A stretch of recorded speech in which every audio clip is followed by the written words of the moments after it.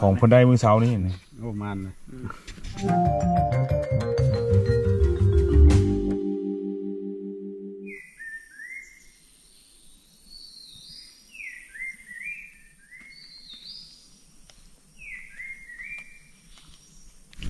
มาสบายดีย่ำเช้าทุกคนตอนนี้ทางอยู่กลางป่านะป่านี้เป็นป่าที่ดงที่ใหญ่เลยฟังเสียงนกฮ้องนะแต่ว่าต้นไม้ใหญ่หลายเลยคุณนะทางบนนกฮ้องกับต้นไม้ใหญ่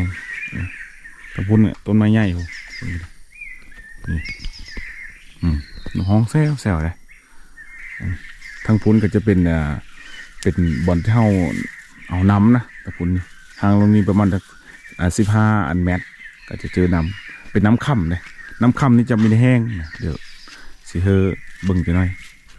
สำหรับมันอยู่บนนอนเท่ากับเอาเปมาแขนนี่นอนได้3 คนเพราะว่ากระทาฝนตกมันก็อยู่ได้นะมองนี่วันนี้นอนอยู่เครื่องนี้แน่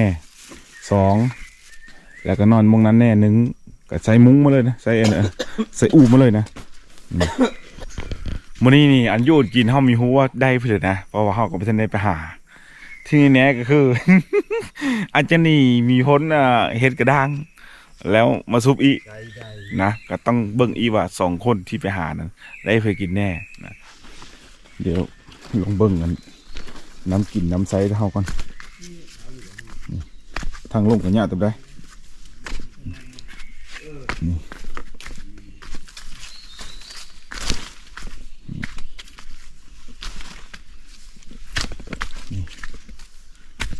อันนี้มันน้ำกินเท่าได้เป็นน้ำค่ำเลยน้ำค่ำอันนี้นี่ตลอด12 โดนจะใสตลอดเลยพุ่นน้ำมันมาแต่พุ่นมันเป็นน้ำบ่อที่มันออกมาแล้วกับบันเท่าเอิ้นมาน้ำค่ำนะนี่น้ำนี้ใสได้กินได้แล้วก็อาบได้แล้วก็มีแห้งกินเธอได้นี่สังเกตมันจะไหลออกนี่ไหลกายเอาตักมาเอาไปอาบอยู่หั่นพุ่นได้มันเป็นโหโศกเลยพุ่นนะเพราะว่ามุงนี้มันเลิกเลยมันเลิกปุ๊บเลยให้เธอน้ำคำมันออกมาพอต้นไม้เธอนี้มันหลายเลยต้นไม้ไม้ไม้พี่เลยมันหลายเลยให้เธอน้ำนี่มันออกมานะทางพุ่นก็จะเป็นโหโศกนะลงไปพูดเลยลงไปมันสดโหยเลยพอโหยนี่ก็จากนี่ไปประมาณสัก2-3 กิโลก็จะเป็นเธอโหยนะถ้าพุ่นที่จะเป็นพุ่นต้นไม้ต้นนั้นกับบักใหญ่นะต้นไม้กระบอกนะ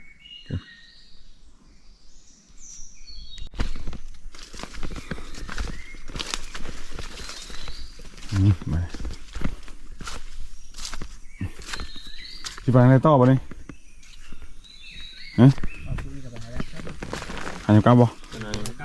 หายำกับยิงโดหาล่อหายบดหายบดเนาะดีเราทาพวก2 คนนะมาเอากันเลย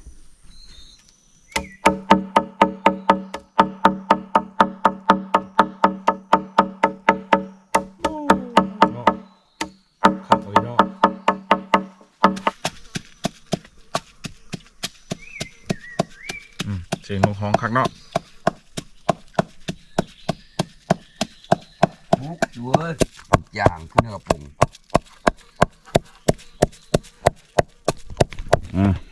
ใส่บันปูจะไข่บ่ใส่ที่ใส่บ่ใส่เนาะปูจะไข่ใส่ได้หอม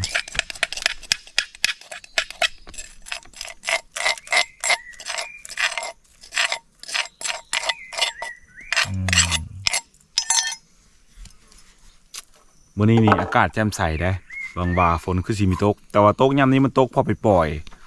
เมื่อคืนนี่ฝนตกได้ทุกคนเลยอาจจะเฮาใช้ชีวิตลำบากอยู่ประมาณจัก5 โมงเนี่ย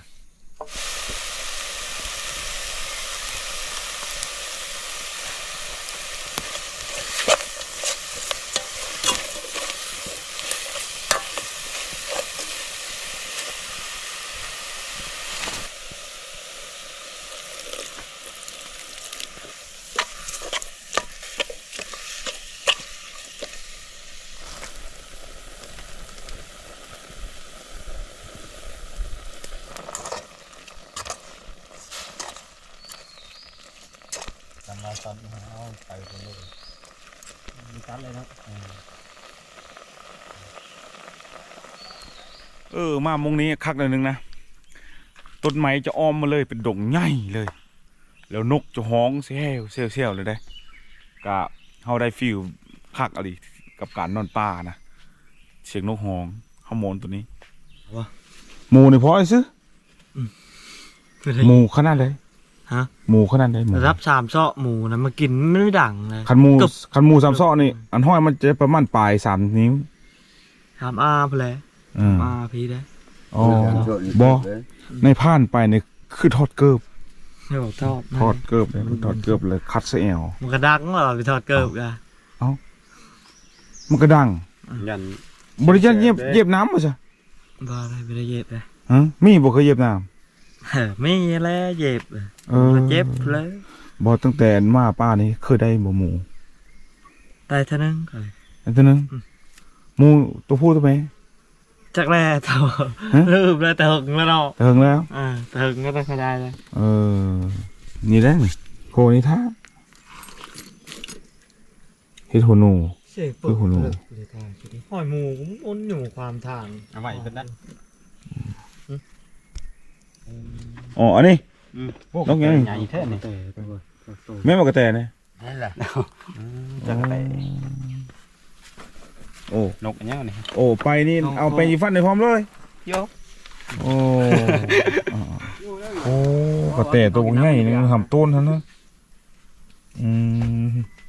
นี่คือของคนได้มือเช้านี่นี่โอ้มันอันตามที่อันนะฮู้จักมากคร่าวๆนะพวกในผ่านนี่เวลาไปเฟิกหมูปุ๊บนี่สำคัญบอกกินเขานี่นั่นแหละสำคัญสมมติว่าหมูอยู่ตั้งเตอร์ล่มเขาต้องไปยังไงต้องอยู่ตั้งเตอร์อยู่เตอร์นะอยู่เตอร์ล่มอีกอ๋ออยู่เตอร์หมูอีกวันนี้ซื้อมันหมูอยู่เนอะเขาลงตั้งเตอร์ล่มเหมือนบ่เขาเบิ้งล่มเหมือนบ่หรือทิศล่มไปยังไงล่มมันปกติมันล่มลงเตอร์อยู่แล้วล่มลงเตอร์อยู่แล้วเขาต้องไปตั้งเตอร์ล่มเข้าตั้งเตอร์ล่มเพราะว่าเขาบอกให้กินของเขามันพัดอายไปใช่ไหมเนี่ยหมูมันหูซึกกุบแล้วมันหนีโอ้โธ่ปั่นนั้นเนาะ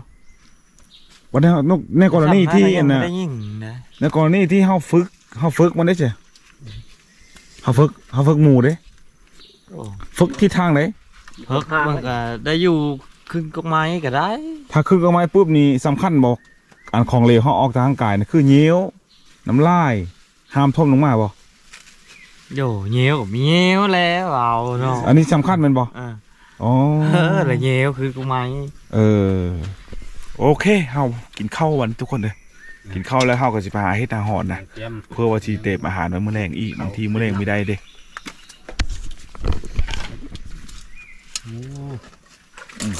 มันจะได้โอ้หอมขนาดแต่แซ่บเนาะโอ้นี่ไรประวันดอมนี่นะนี่ขลัมบ่ได้เนี่ยฮะบ่ได้ขลัมเลยบ่ได้ขลัมแต่ว่าเฮาระวังไว้ปลาติดคุกซะโยกินปลาติดคุกไปแล้วเฮากินจนละลายแล้วเฮาระวังเฮายันเจ็บเด้เพราะว่ามันตอบแล้วเด้พอไปหาหมอบอกว่าเจ้ากินอาหารสัตว์ป่าหลายบ่ไม่มันคือจักว่าซั่นแล้วเลยผ่อนลงโอ้ไปทำกันได้ครับได้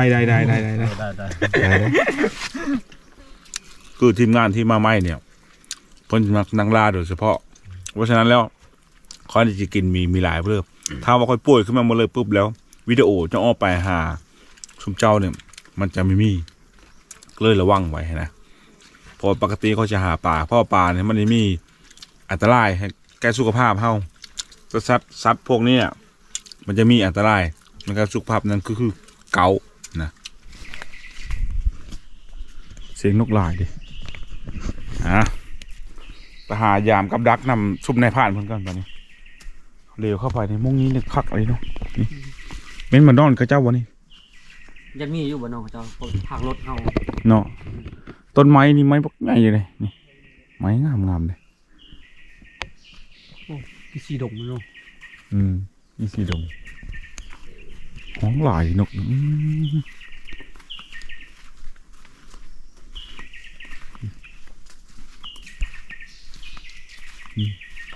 อยู่ในนี่นกเอาลูกเดี๋ยวเอาแต่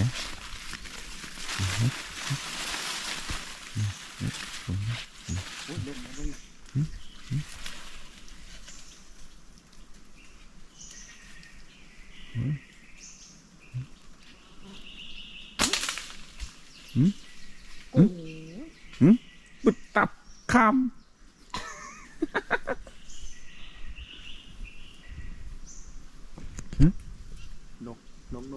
ทั้งนกทั้งกระแตไปน้ำกันเลยไปน้ำกันได้ผมดีนกขนาดเซลลอยนี่นกนะเหมือนสงสัยถือได้ผมว่าถือบอลนะมองดูโอ้หนูแดงคือมืออันนั้นคือเมื่อคืนนี่แม่เลยมันกำลังจะมากินเนาะนั่นปะกำลังจะมากินกระบอกแถวนี้หนูแดงร้ายแถวนี้เนาะโอ้หนูแดงนี่คือมันแดงนี่เนาะแดงเอาเสื้อเตอร์คอนดิถ้าเสื้อเตอร์คอนนี่ไม่ลุ้นกระแตนะเอ้ากระแตมันใต้คอนเนาะใต้คอนลุ้มคอนเลยมันหนูแดงแล้วก็หนูไว้ถึงคอนเลยมันกระแตมีลุ้นหลายถึงคอนนะกระแตนะแต่เตอร์คอนนี่ครับบีนะเปลือกกระแตนะอันนี้เสื้อปลาไว้นี่เนาะเสื้อปลาไว้มือมายำมาเลยมือมันยำมาเลยเฮาเคยเสื้อประตูเลยแล้วเฮาจับมีเป็ดโอ้เกือบมันเอามือ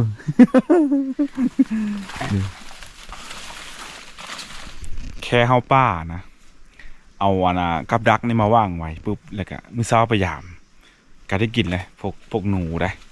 แต่ว่าเห็นเขาเจ้าเสื้อนี่ทึกกูเถอะนะทีมงานเฮาไปค่อยไปคือกันก็ทึกกูเถอะนะเวลาเขาเจ้าใส่กับดักปุ๊บนี่เขาจะหักไม้ไว้เพื่อหมายว่าดักกับดักเขาอยู่ตรงนี้เขาจะหักไม้ไว้หมายไว้ใครมีหักไม้มาไว้ปุ๊บมันสิหลงนะนี่เป็นสัญลักษณ์ของเขาเจ้าโตนี่ห้อยคือเดี๋ยวคือมดตึกเลยถึง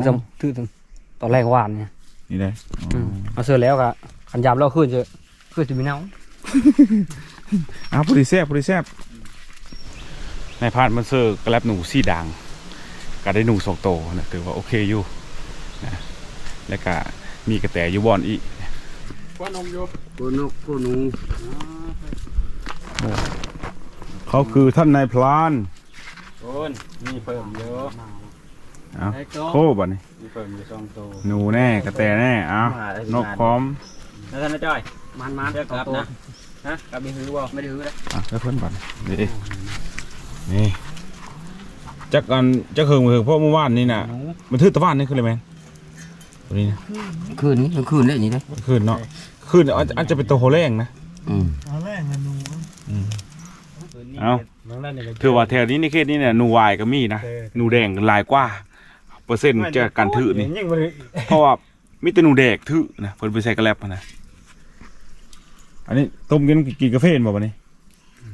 กาแฟมดจักซ่องแต่ละเธอมาป่านะมื้อนึงนะบ่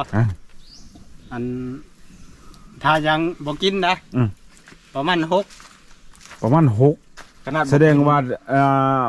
ซื้อมาเป็นศพด้วยนะเฮินเป็นศพเลยศพ62โอ้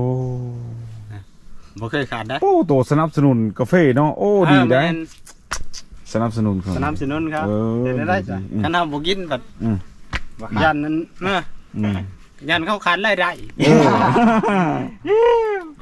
กินทำมือได้กินครั้ง11ผู้ได้โอเคบัดนี้ปิดวิดีโอซ้ำนี้ทุกคนเรื่องเล่ากะคือว่าแล้วมื้อเช้ามาเฮาบ่ได้เฮ็ดกิจกรรมจนเฮาบ่ได้ไปหาปลาก็ไปวิดีโอทั้งต่อหน้าไปเฮาจะไปนอนอยู่ถ้ำนะถ้ำแคมน้ำทุกคนพาชุมทีมนี้พวกเขาไม่รู้จักแต่ว่าไปก็คือเก่าอยู่มีแต่หาปลาหาหน้าจืดไปแท่งเอาปลาเอาตอนนั้นแหละผมมีมองโอเคพี่น้องเลยไปก่อนบ๊ายบาย